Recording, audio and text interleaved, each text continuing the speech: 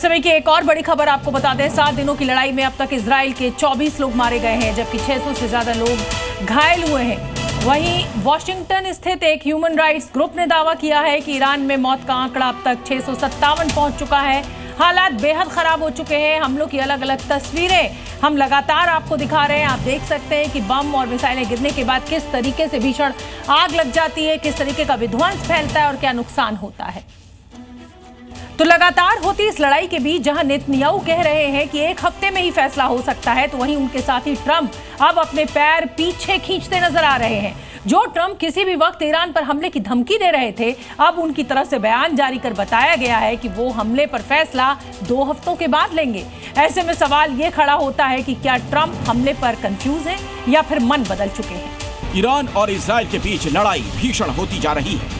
Netanyahu और Trump Iran के surrender की उम्मीद लगाए थे, लेकिन खामेनेई पर इन धमकियों का कोई असर नहीं हुआ और वो लगातार इजराइल पर हमला कर रहा है। इस भीषण होती लड़ाई में अमेरिका कब शामिल होगा, इसे लेकर कयास लगातार लगाए जा रहे हैं। नेतन्याहू भी अब ट्रंप की तरफ उम्मीद से देख रहे हैं, लेकिन किसी भी वक्त हमले की बात करने वाले डोनाल्ड ट्रंप क्या अब पलट गए? क्या वो हमले को लेकर कंफ्यूज हो गए? ये सवाल इसलिए उठ रहा है क्योंकि व्हाइट हाउस की तरफ से बयान दिया गया है कि ट्रंप युद्ध में शामिल होने पर 2 हफ्ते बाद फैसला लेंगे। 2 हफ्ते यानी 15 दिन। जिस हिसाब से इस वक्त ईरान और इजराइल के बीच लगातार हमले हो रहे हैं, उस हिसाब से तो ये 15 दिन युद्ध का पूरा रुख ही तय कर देंगे।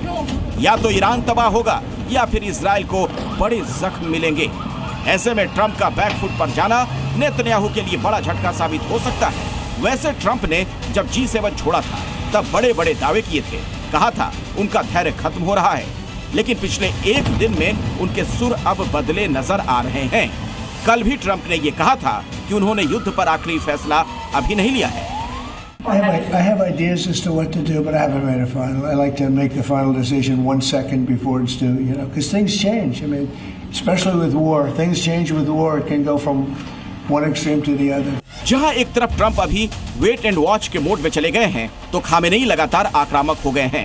भले ही अमेरिकी सेना मिडिल ईस्ट में हमले के लिए तैयार है, लेकिन फाइनल ऑर्डर का इंतजार है, जो कि अब ट्रंप के ताजा बयान के बाद जल्दी आता नहीं दिख रहा।